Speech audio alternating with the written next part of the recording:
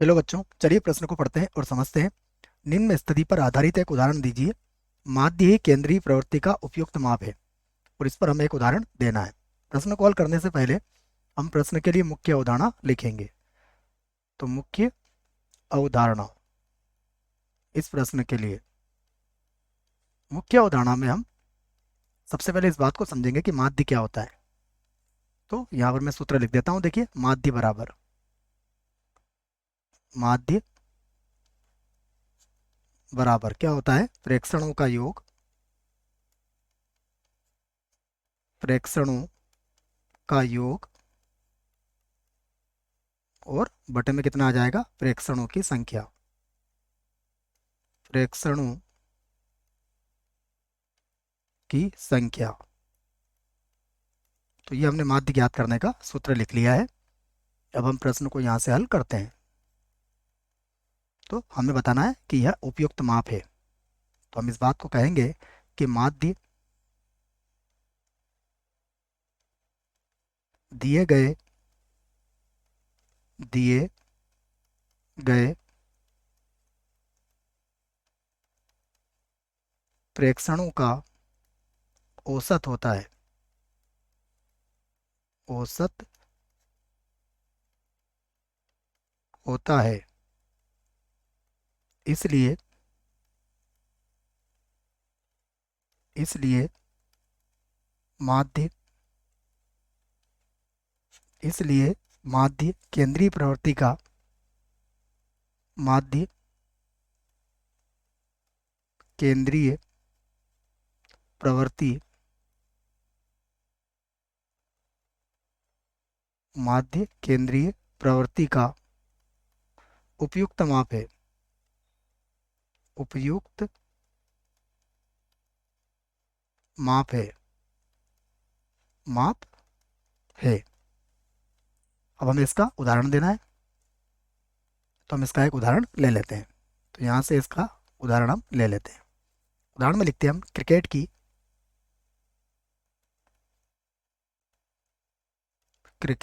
की एक टीम के खिलाड़ियों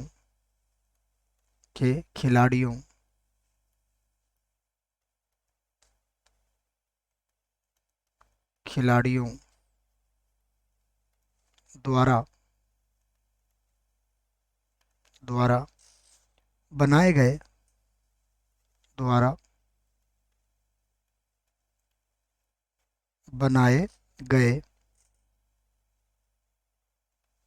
गए रनों की संख्या बनाए गए रनों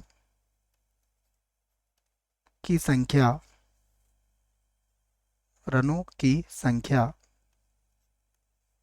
निम्न प्रकार है। निम्न प्रकार है।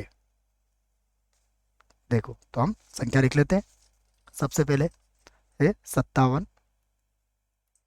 57 के बाद 17, 17 के बाद लिख लेते हैं हम 26, 26 के बाद लिख लेंगे 91, 91 के बाद 115, 115 के बाद 26, 26 के बाद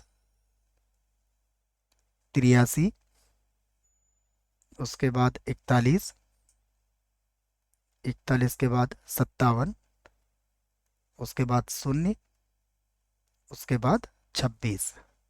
है ना? 1 2 3 4 5 6 7 8 9 10 11। तो ये हो गए का माध्य का। ये है। तब इसका हमें क्या करना है? इसका माध्य ज्ञात करना है। का माध्य ज्ञात कीजिए। माध्य ज्ञात करना है। हमें इसका माध्य ज्ञात करना है। तो देखिए, माध्य क्या होता है? प्रेक्षणों का योग बटा प्रेक्षणों की संख्या। ये होता है माध्य बराबर। तो यहाँ पर हम लिख लेते हैं इसका माध्य। तो माध्य बराबर,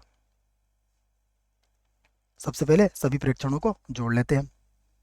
तो ये हो जाएगा 57 + 17 plus 26 plus 91 plus 115 plus 26 plus 83 plus 41 plus 57 plus 0 plus 26। ठीक है बच्चों, यही था हमारे पास। ठीक है, प्लस 26 और पूरे के बटे में क्या आ जाएगा? अगर पूरे के बटे में देखें तो कितने खिलाड़ी हैं? 11 खिलाड़ी है, तो बटे में कितने लिख देंगे हम? 11। इन्हें जोड़ लेते हैं हम, तो ये हो जाएगा 539। 539 और बटे में कितना आ जाएगा? 11।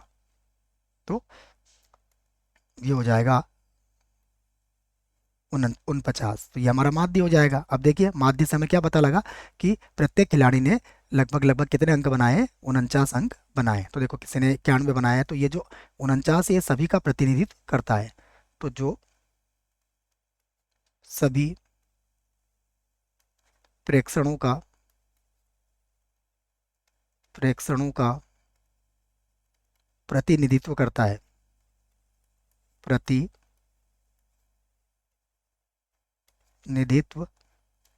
करता है।